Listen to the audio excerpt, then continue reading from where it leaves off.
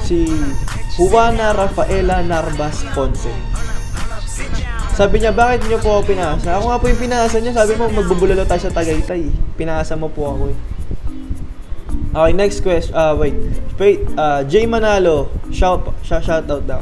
Shoutout sa'yo, man. Christopher Kailes, paano po ba... Wait lang. Paano maging loyal? Actually, you don't need to be loyal. You just need to be faithful. Every time, all the time. Next question. Saltidec Pacaldo Oriane. Bakit tayo muna ako ka-chat? No. Busy lang po talaga akong tao.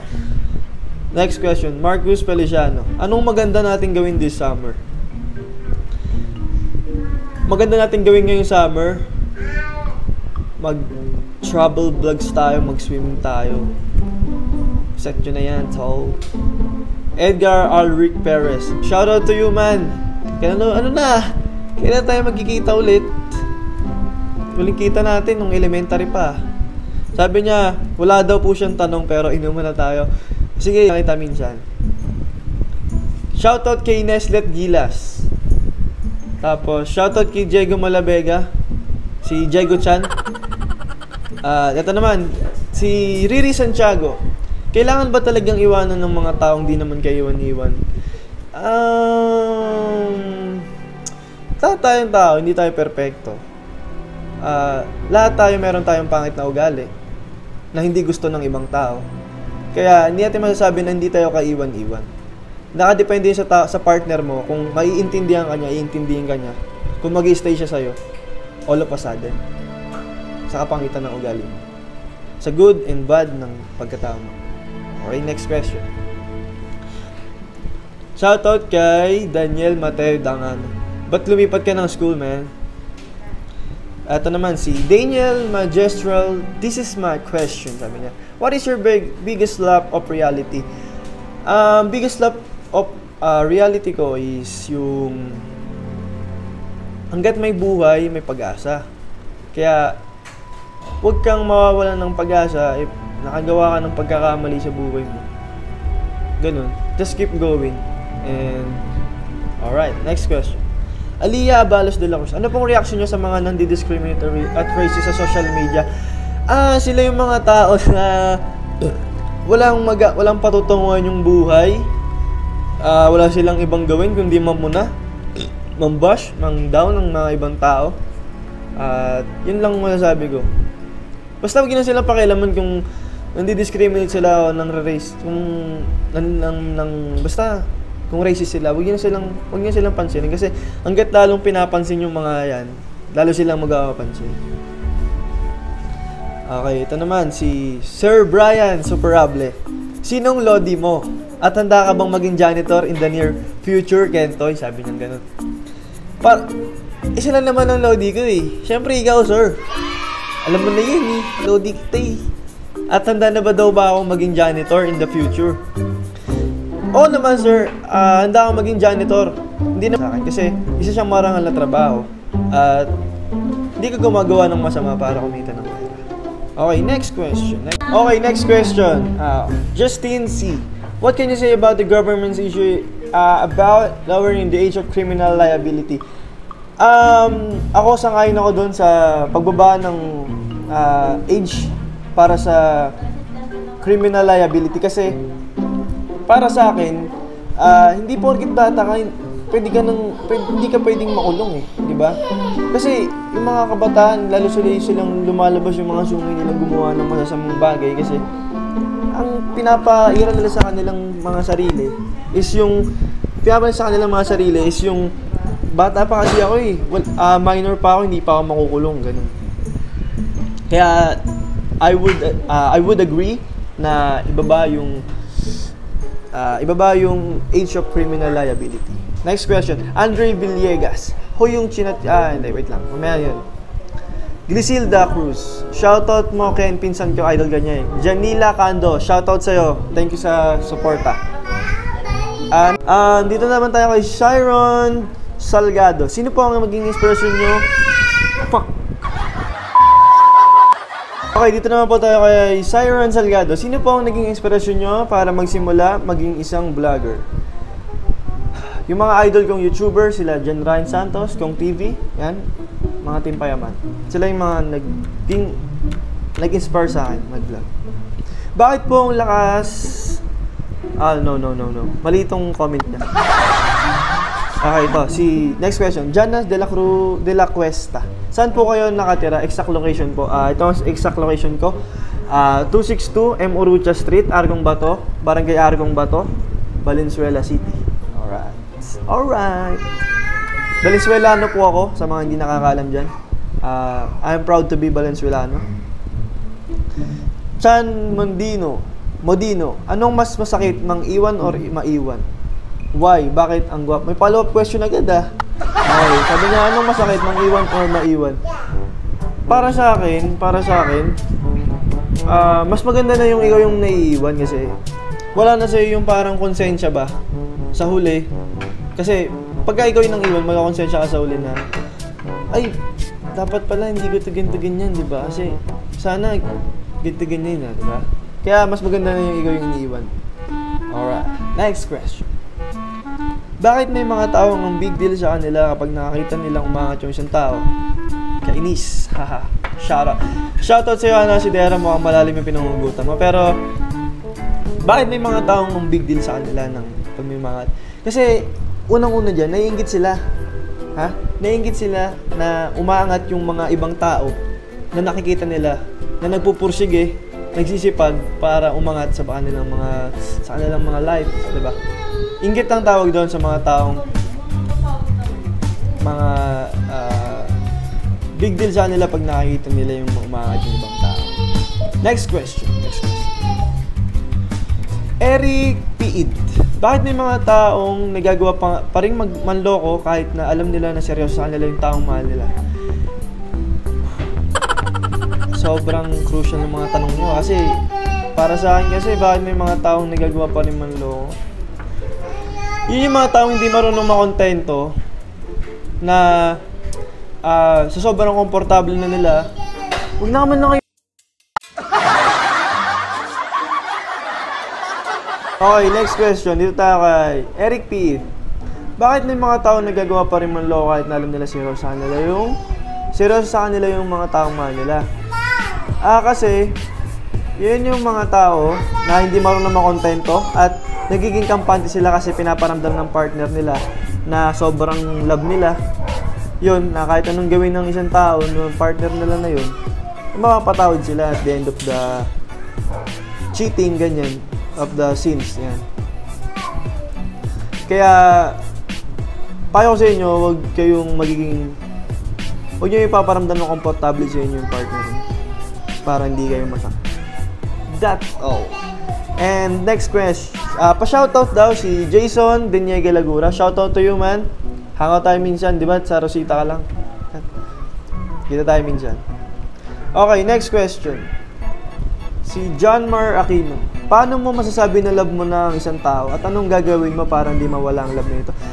Masasabi ko na love ko na isang tao kapag when I'm comfortable with her, halimbawa. At masasabi ko na love ko na siya pagka sobra niya ako napapasaya every minute, hinahanap-hanap ko siya. Okay.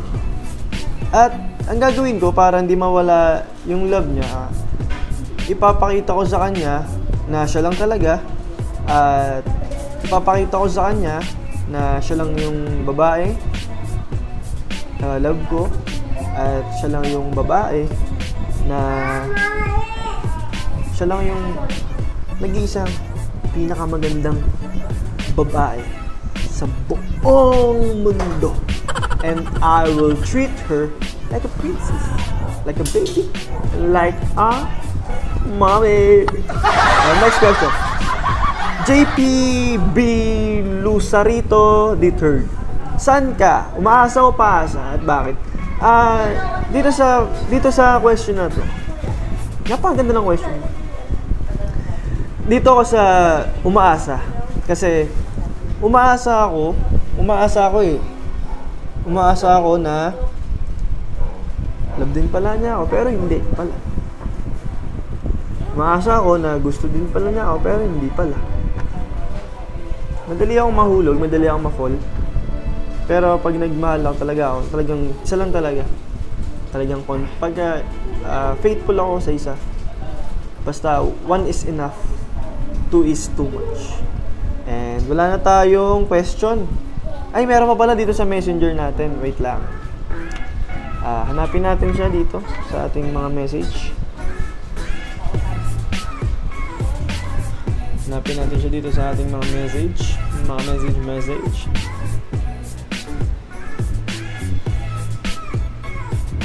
Ang tagal mag-load. Kasi yung PC kasi ito sa taas. Masyadong makita dyan table ko. Hindi ko mapapatong itong ating Gorilla Pad. At hindi tayo makapag ng masyadong magandang lighting. Dito medyo okay.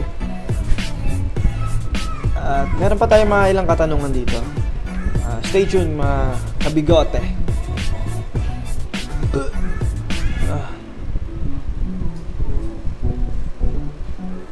What the heck?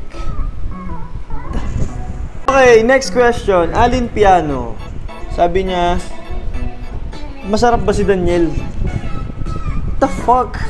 What? Hindi ko alam. Natikman ko na ba si Daniel Padilla? Ginagawa mong baklang to? Baklang to? Next question. Wait, pa-shoutout na. Sabihin mo kung makapanood mo man to, Daniel Padilla, follow back mo si Alin Piano sa Twitter. Tsaka sa IG. Okay, next question. Jane Albaladejo. Okay na yun. Natanong niya na kanina. Ephraim Nathaniel Arnang. Sabi niya, miss mo ba ako? Siyempre. Miss na gets na Popsy. Punta ko dyan minsan, bukas. Off niyo bukas eh. Okay, next question. Ivan Laurete.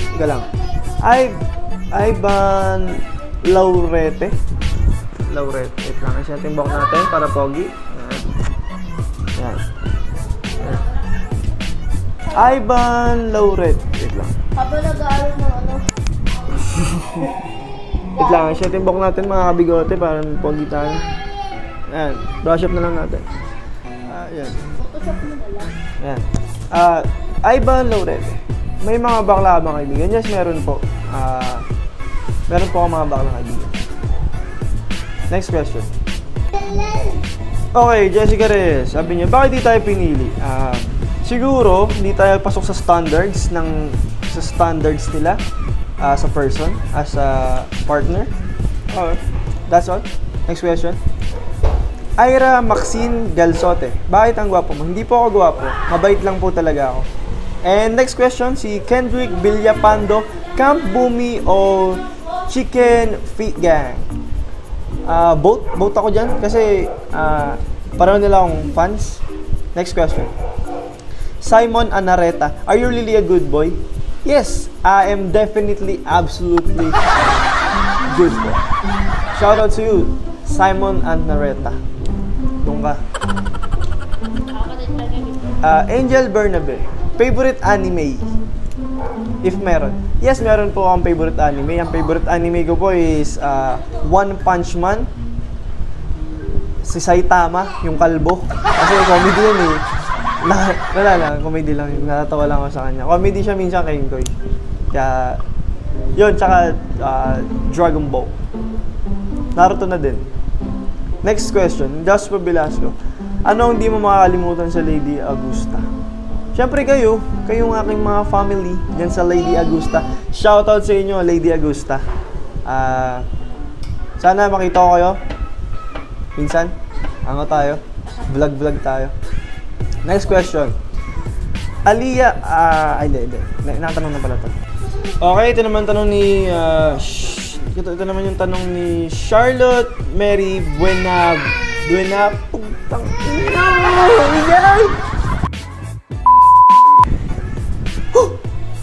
Okay, ito yung tanong ni Charlotte Mary Buenabsta.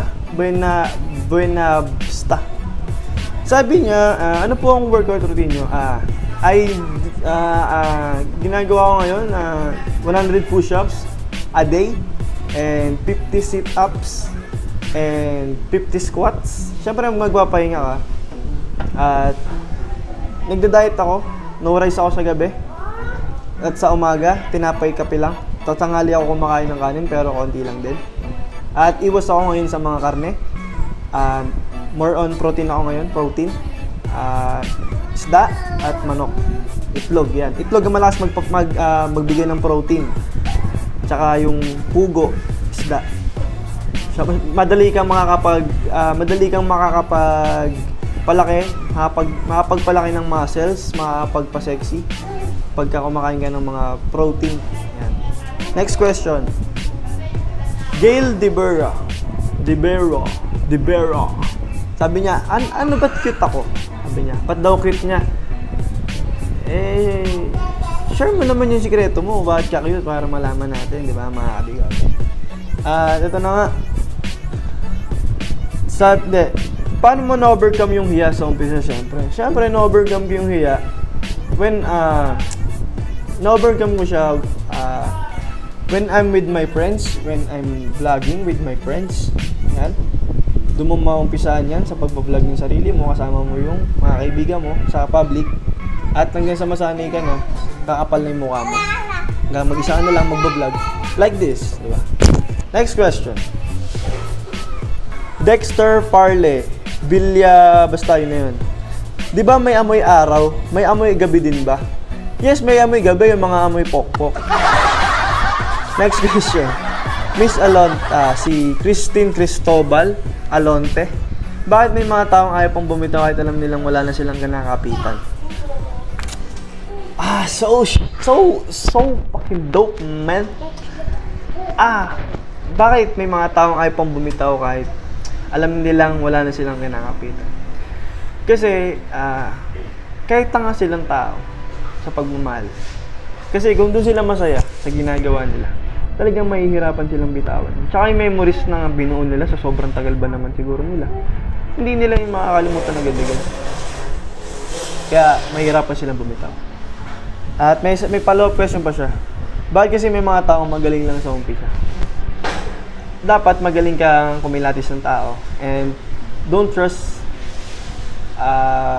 agad-agad ng mga tao. Dapat pinagkakatiwalaan mo, pinipili mo yung mga pinagkakatiwalaan mo. That's all. Next question. Tanong ni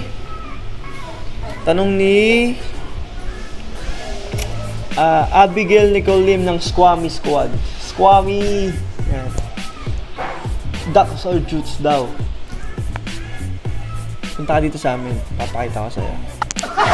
Charot lang. Si Darlene Corday Nisperos. What is your thoughts about same-sex marriage? I would agree. Sang-ayon ako sa same-sex marriage because we have gender equality. Lahat ng kasiraan ay deserve ikasal, deserve mahalin, deserve magmahal, at deserve magkaroon ng partner for a lifetime. Because walang forever, mamamatay tayo hanggang sa huli. Hindi pa din kayo magkasama. Yun ang katotohanan. Si Lian Hartliga, rate yourself 1 to 10. Gaano kalaki yung pinagmamalaki mo? Punta din sa bahay, papakita ko sa'yo. Next question. Hindi tayo maklik. Andre Villegas, ano masarap, talbos ng kamote o kangkong? Both. Next question. Wait lang, next question. Cedric Baladat, what is the biggest mistake that you have done this week? Shoutout po. Biggest mistake, tumanga lang ako dito sa bahay. Sayang yung araw. Next question. John Oliver Samson, bakit mo naisipang mag-vlog? Because this is my passion. I just wanna make videos for my happiness, for my passion. And Tongski Hema Pobay, what is your favorite movie? My favorite movie is The Hacksaw Ridge. Hacksaw Ridge. Si Desmond Das. Jonathan Bukaw, may pag-asa bang ma-inlove kahit medyo mawalan si bakla? Yes, ako naman. Shoutout sa'yo. Jonathan Bukaw from San Fabian, Pangasinan.